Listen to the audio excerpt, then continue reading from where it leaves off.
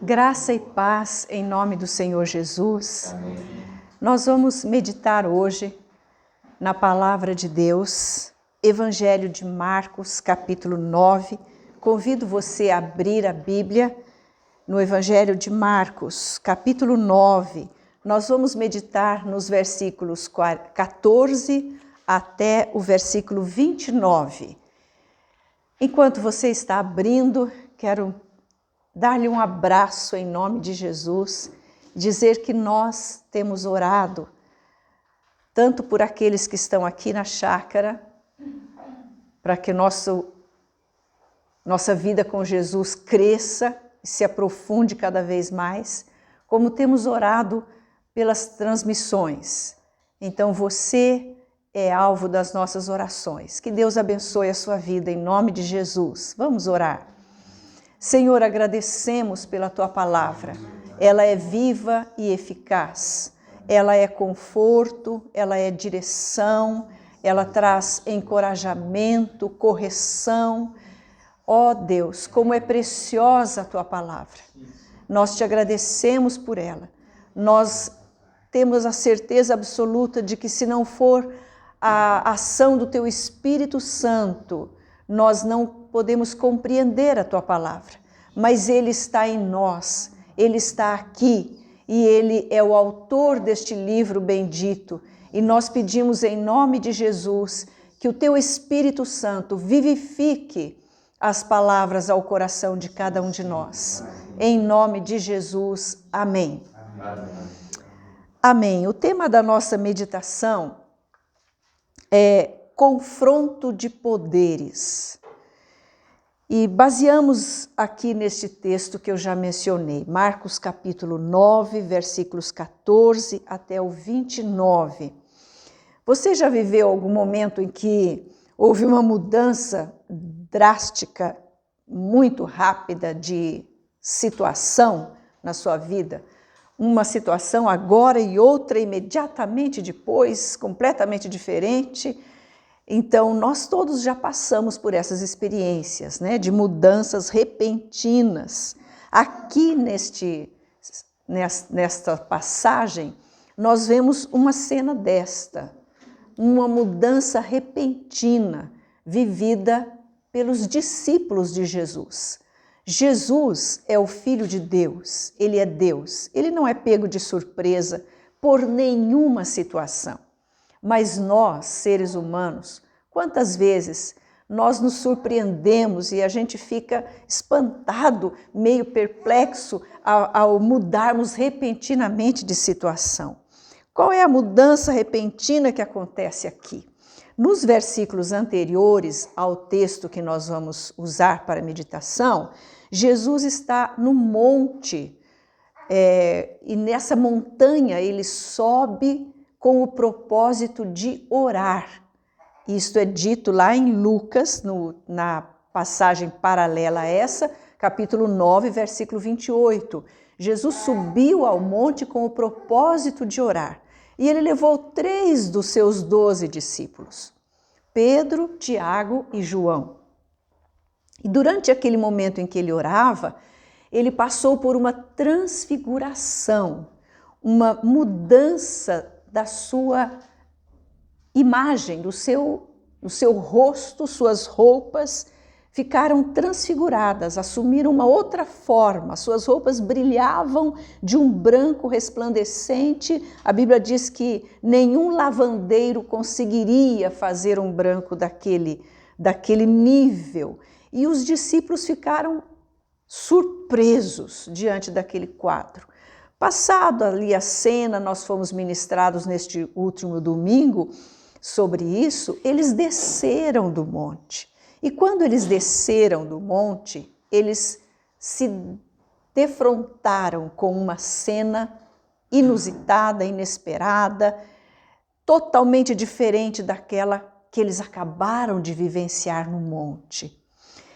Que cena era essa? É uma cena que os leva a um confronto de poderes. Quais poderes estão aqui nessa cena confrontados? O primeiro é o poder de Satanás. E nós vamos ler os versículos 14 até o 22, primeiramente. Quando eles se aproximaram dos discípulos, Jesus e os 3 que foram com ele, viram numerosa multidão ao redor e que os escribas discutiam com eles. E logo toda a multidão, ao ver Jesus, tomada de surpresa, correu para ele e o saudava. Então ele os interpelou os escribas: que é que discutíeis com eles?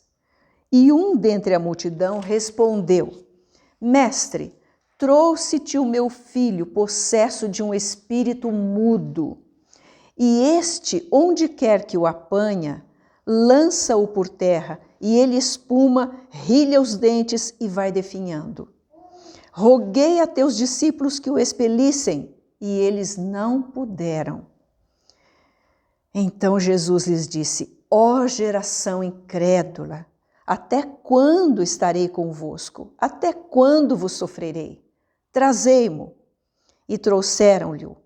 Quando ele viu a Jesus, o espírito imediatamente o agitou com violência e, caindo ele por terra, revolvia-se espumando. Perguntou Jesus ao pai do menino: há quanto tempo isto lhe sucede? Desde a infância, respondeu. E muitas vezes o tem lançado no fogo e na água para o matar. Mas se tu podes alguma coisa, tem compaixão de nós e ajuda-nos. Até aí, inicialmente. Aqui nestes versículos você vê o poder de Satanás. Nós não podemos subestimar Satanás, achar que ele não existe, como muitas pessoas acham que ele é um ser mitológico. Não existe. Existe na mente de alguns fracos, mas ele não existe. Ele existe e ele age, ele atua. E não podemos também superestimar, dar um valor a ele que ele não tem, dar um poder a ele que ele não tem. Achar que essas duas atitudes, subestimar o inimigo ou superestimá-lo, nos leva a uns dizerem que tudo é obra de Satanás e outros dizerem que não, ele não existe, é obra do acaso. Então, a Bíblia nos leva à posição correta de sabermos que ele existe, sim, ele atua, sim, mas ele não é todo-poderoso, ele não é onipresente, ele não é onipotente, ele não é onisciente. Estas qualidades são exclusivas de Deus. Jesus é o Senhor, mas aqui você vê o poder de Satanás, como ele atuava aqui. Ele atacou o filho único de um homem. Nesta passagem não está explícito que ele era o filho único, mas na passagem correlata em Lucas está escrito que ele era o único filho. Logicamente, então, todos os sonhos daquele pai, como pai de família, estavam naquele menino. Os sonhos, os projetos. E de repente aquele menino é possuído pelo demônio, atacado por uma casta de demônios. A ação do diabo sobre esse menino impedia-o de ouvir e de falar. Olha o versículo 17, quando o pai diz: eu trouxe o meu filho possesso de um espírito mudo. O diabo faz isso com as pessoas, emudece as pessoas, torna-as surdas. Porque lá no versículo 25, quando Jesus repreende, nós vamos ler daqui a pouco, Jesus diz: espírito mudo e surdo. Então o diabo tapava os ouvidos, tapava a boca, o menino não ficava incomunicável. A pessoa fica incomunicável quando está sob a ação do diabo. E mais, ele convulsionava o menino, lançava-o no fogo ou na água. O pai disse isso Muitas vezes o diabo fazia isso com aquele menino. A convulsão levava a um quadro parecido com epilepsia, até porque ele espumava pela boca, caía. O diabo o jogava ao chão, ele convulsionava o tempo todo, muitas vezes com violência, outras vezes o diabo o lançava no fogo, na água, para quê? Para o matar. O ladrão vem para roubar, matar e destruir. Esse é o papel do diabo. Ele faz isso oferecendo todas as coisas falsas que ele oferece, que lhe são próprias. A droga, o álcool, começando pelo inocente cigarro, e leva a pessoa à escravidão total. Junto dessas coisas vem o roubo, a mentira e as consequências das quais ele não fala no início, quando ele está seduzindo a pessoa. Joga no chão, literalmente e também espiritualmente. Esse é o poder de Satanás visto aqui. Outro poder que vemos nos versículos 18, parte B, e 19, aliás, aqui é a falta do poder. Estamos estudando, meditando sobre o confronto de poderes. O primeiro poder de Satanás, visto aqui na ação dele sobre esse menino. O segundo é uma ausência de poder, a falta de poder dos discípulos. Olha o verso 18, quando o pai diz: eu trouxe o meu filho possesso de um espírito mudo, e este, onde quer que o apanha, lança-o por terra, ele espuma, rilha os dentes e vai definhando. Roguei a teus discípulos que o expelissem, e eles não puderam. Os 9 que estavam ali, porque 3 tinham ido com Jesus ao monte, aqueles 9 juntos não puderam expelir o demônio que possuía aquele menino. Nós vemos isso também no verso 19, Jesus dizendo: ó geração incrédula, até quando eu vou estar convosco? Até quando vou sofrer por vocês? Então, eles foram incapazes. Por que eles não puderam expelir aquele demônio? Primeiro, pela falta de fé. Porque Jesus fala: ó geração incrédula. Incrédulo é aquele que não crê, que não tem fé. Na passagem correlata, em Mateus 17, nós lemos assim: quando os discípulos perguntaram por que nós não pudemos expulsá-lo, Jesus respondeu: por causa da pequenez da vossa fé. Pois em verdade vos digo que se tiverdes fé como um grão de mostarda, o menor grão que existe, direis a este monte: passa daqui para acolá, e ele passará. Nada vos será impossível. Não puderam expulsar pela falta de fé. Não puderam expulsar pela falta de oração. Porque no versículo 29 do texto de Marcos, Jesus diz assim, quando eles perguntam por que não pudemos expulsá-lo, Jesus fala: respondeu-lhes: esta casta não pode sair senão por meio de oração e jejum. Falta de oração, falta de poder.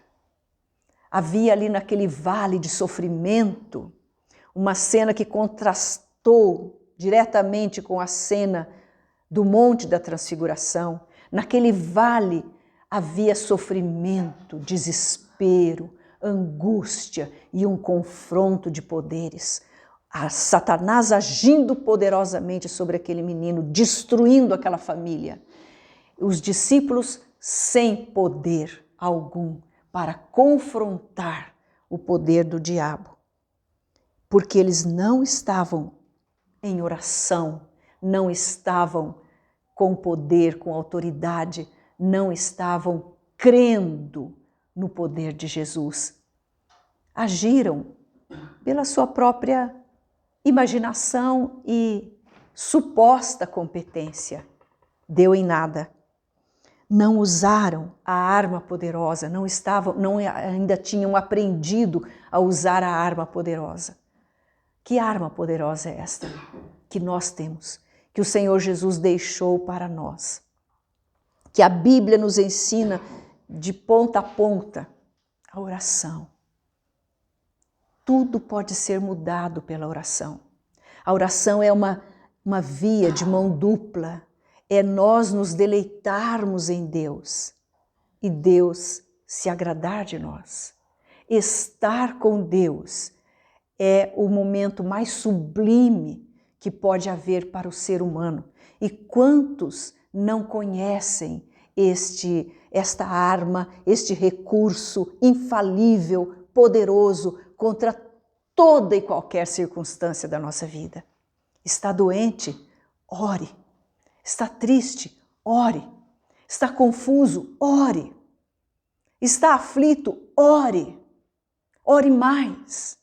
Não existe uma enfermidade, não existe uma possessão maligna, não existe uma situação, por mais conflitante que seja, que não possa ser mudada pela oração. A oração move o braço de Deus e Deus promete nos ouvir. O Senhor nos promete que nos ouve.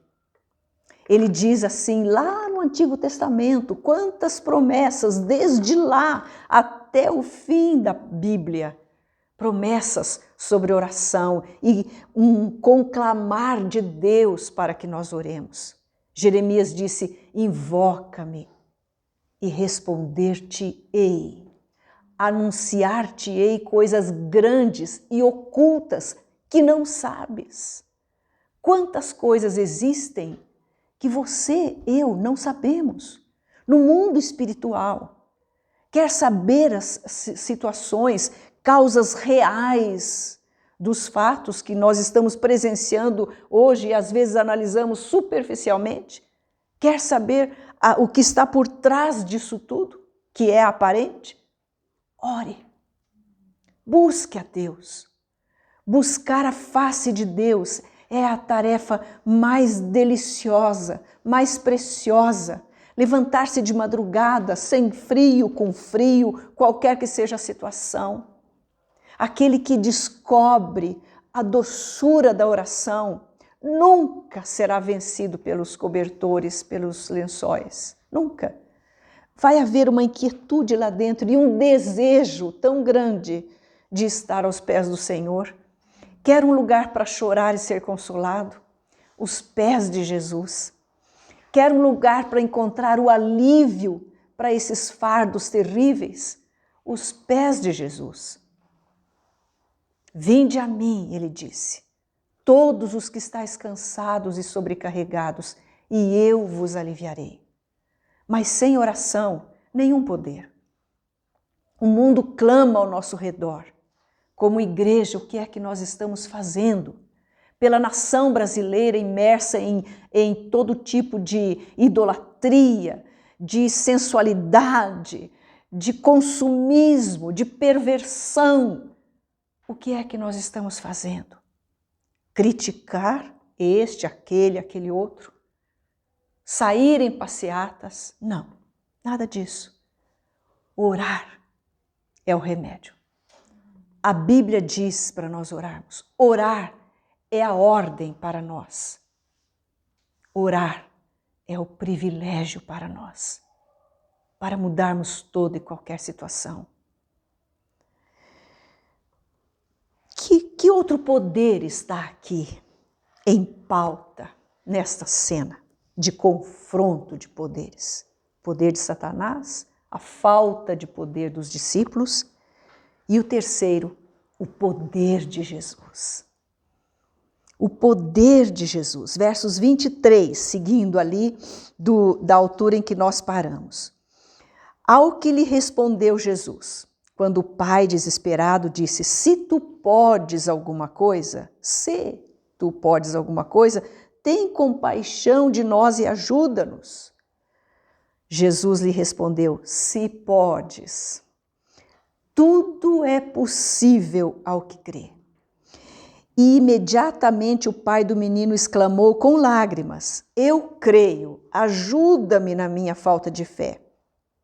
Vendo Jesus que a multidão concorria, repreendeu o espírito imundo, dizendo-lhe: espírito mudo e surdo, eu te ordeno, sai desse jovem e nunca mais tornes a ele.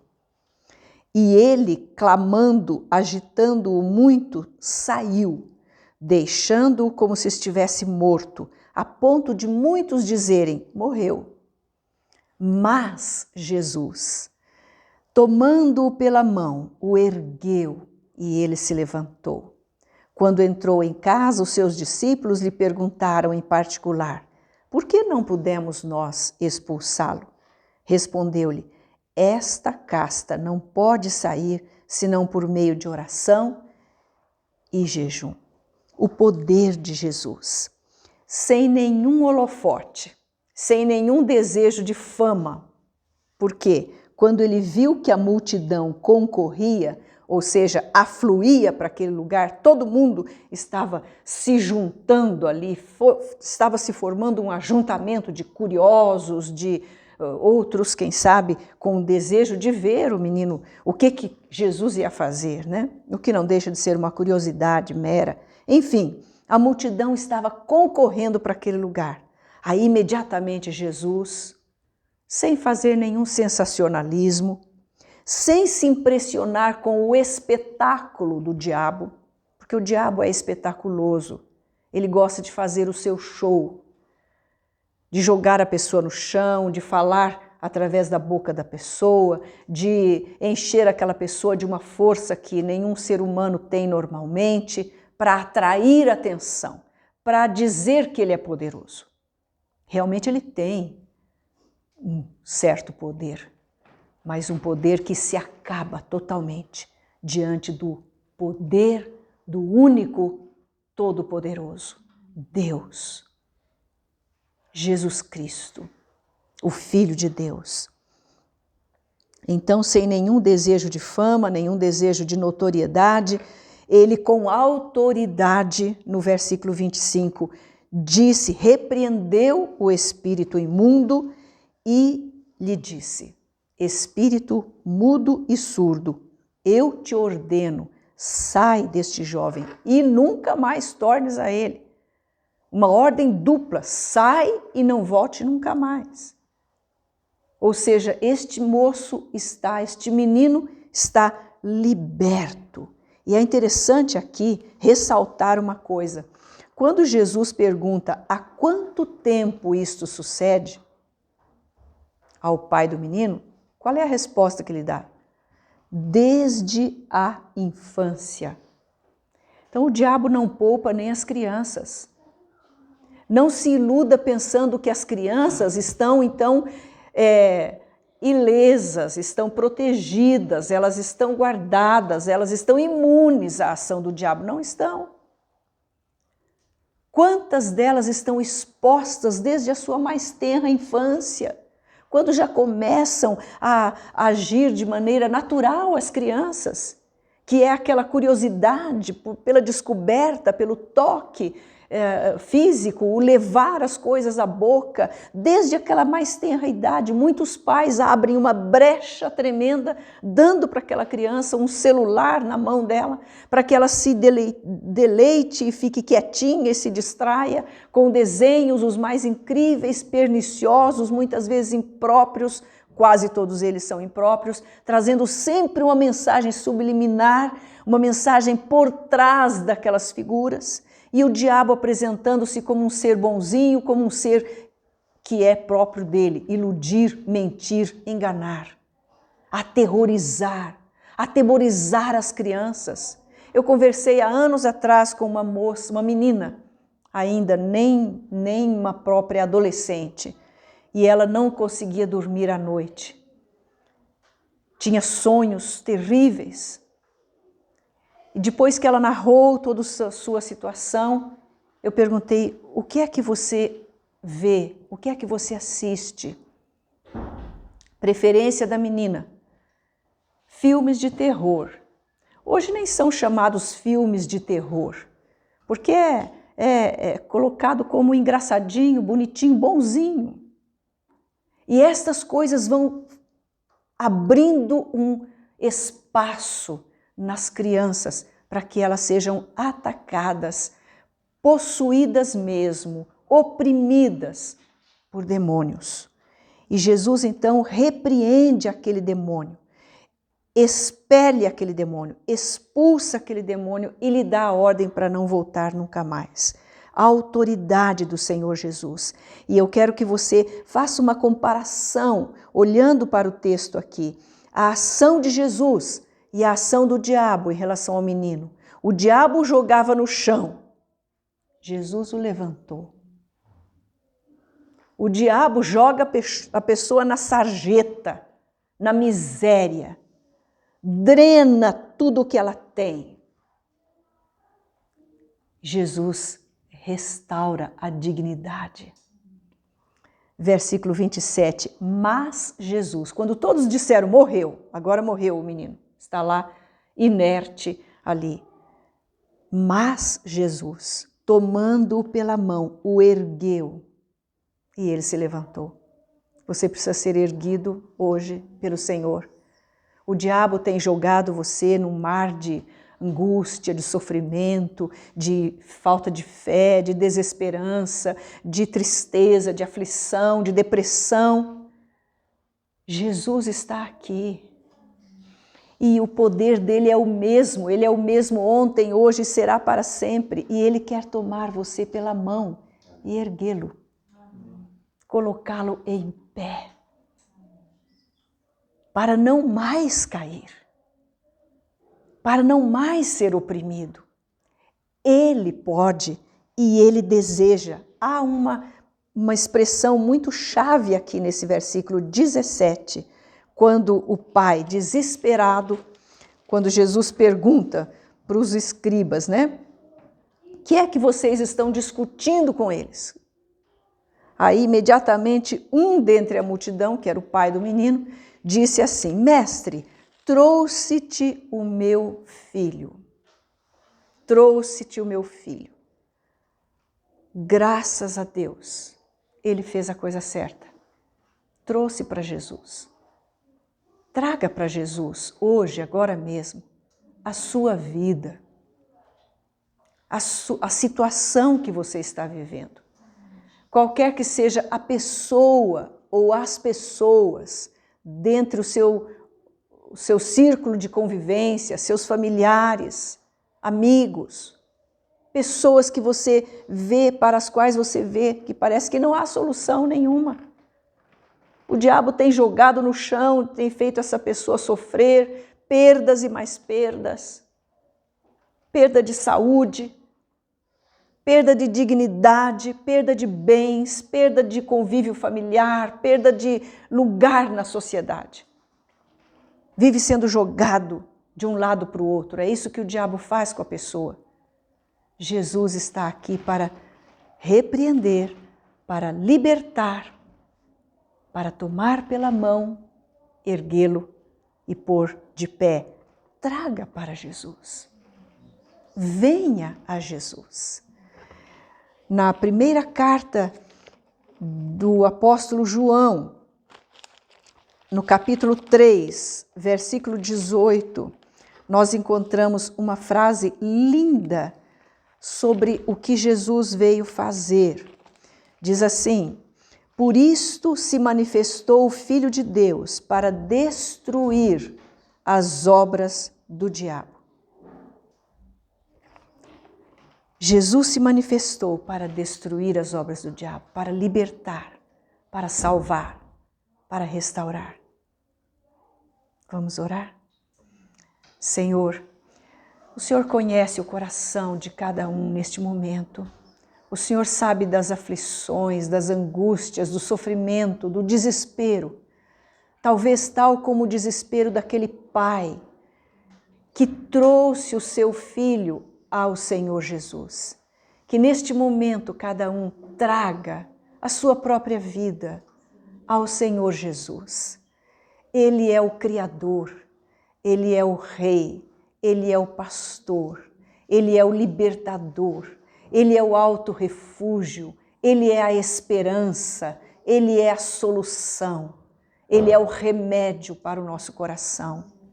Senhor, que cada um neste momento seja tocado pelo Teu Espírito a crer, a entregar-se a Jesus, a trazer um ente querido aos pés do Senhor Jesus, como esse pai trouxe o seu filho, seu único filho.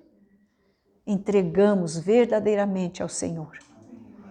E louvamos o Teu nome, Senhor Jesus, porque grandes coisas o Senhor fará a todo aquele que crê, porque tudo é possível ao que crê. Muito obrigada, Senhor. Em nome de Jesus. Amém. Deus o abençoe grandemente. Um forte abraço.